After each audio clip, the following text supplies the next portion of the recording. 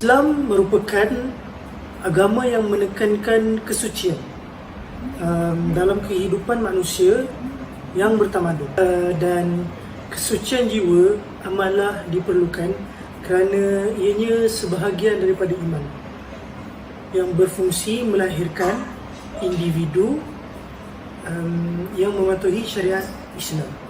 Jika kita lihat statistik di Malaysia sendiri, pada 2010 seramai 16,646 berbanding dengan 2009 iaitu seramai 15,736 orang. Bismillahirrahmanirrahim. Assalamualaikum warahmatullahi wabarakatuh. Saya Puai Kadet Muhammad Aiman Rizal bin Nasiri. Jadi insyaAllah pada hari ini saya akan sharekan kepada anda semua mengenai penetapan hukum dalam penyalahgunaan dadah.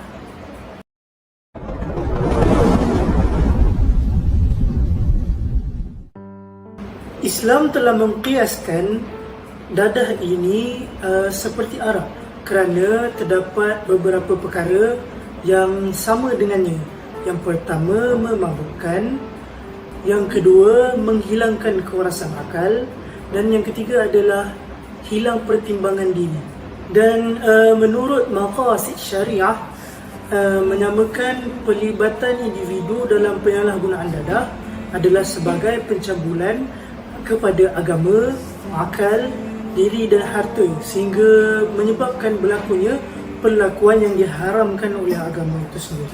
Jika kita merujuk kepada definisi di dalam bahasa Arab, dadah disebut sebagai al-mukhadarat, yakni perkara yang menghayalkan, menghilangkan pertimbangan diri dan menghilangkan kewarasan, seperti mana ganja, morfin dan lain-lain yang seumpama dengan dadah. Dan berdasarkan kajian para ulama dan juga ahli perubatan Islam, dadah mempunyai kesan yang sama seperti apabila kita meminum arak, kerana ianya boleh memabukkan dan menghilangkan kewarasan akal. Dan pengertian al-mukhadarat itu sendiri bertepatan dengan hadis Rasulullah SAW, iaitu kullu muskirin khamrin wa kullu khamrin haram, yang bermaksud setiap yang memabukkan itu adalah arak dan setiap arak itu adalah haram. Riwayat Muslim. Dan jika kita meneliti risalah Islam memusuhi dadah, ia menceritakan bahawa dadah ini adalah sejenis bahan kimia yang psikoaktif, yang di mana mempunyai kesan paling buruk ke dalam sistem badan manusia, seperti menyebabkan mabuk, hayal, ketagih dan mengganggu tingkah laku manusia. Penggunaan yang berterusan akan mendatangkan bahaya, kerosakan kepada diri sendiri, keluarga dan semestinya kepada negara dan juga agama itu sendiri.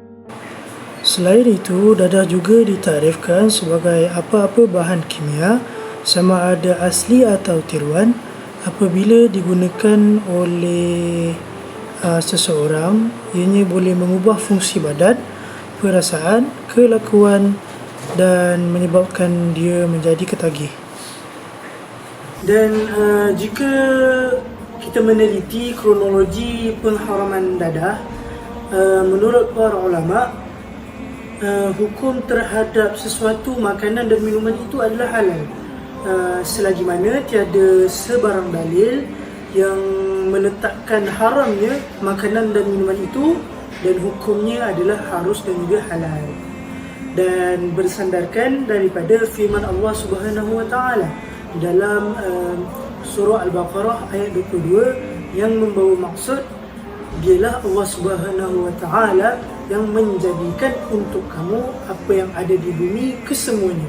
Dan walau bagaimanapun, dalil pengharaman sesuatu makanan adalah terkeluar daripada ayat yang kita bacakan sebelum itu tadi. Antara perkara yang diharamkan oleh Allah Subhanahu wa taala dan Rasulnya adalah satu benda yang boleh memabukkan seperti arak. Dalilnya seperti yang berikut di dalam surah Al-Ma'idah ayat 90. A'udzu billahi minasyaitonir rajim. Ya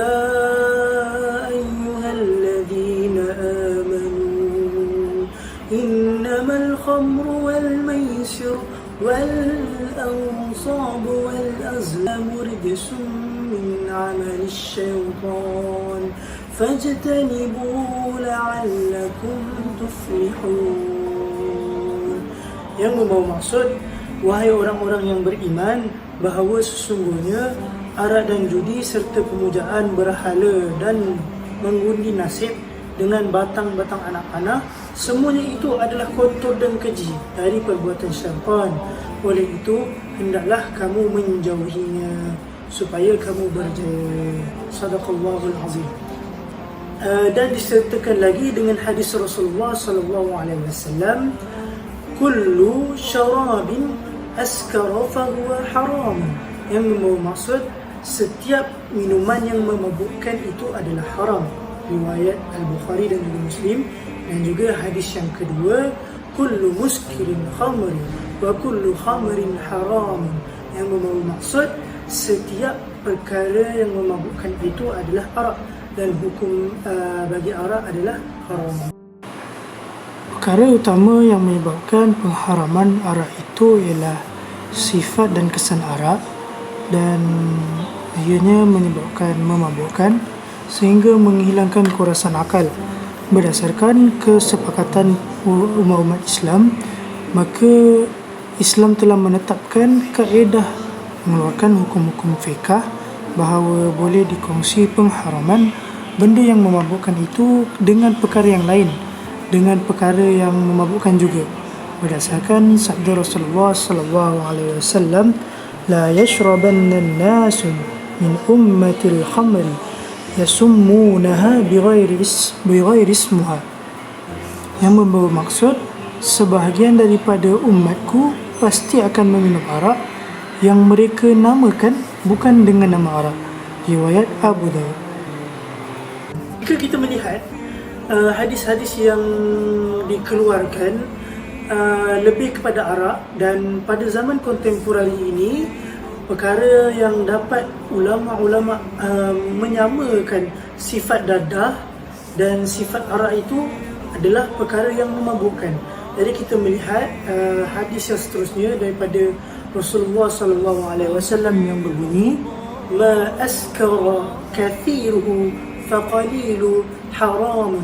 Yang membawa maksud, perkara yang memabukkan dalam jumlah yang sedikit pun dikira sebagai haram. Dan menurut tokoh ulama kontemporari iaitu Yusuf Al-Qaradawi, semua jenis dadah seperti ganja, heroin, morfin dan sebagainya mempunyai pengaruh dan kesan yang buruk terhadap individu dan masyarakat.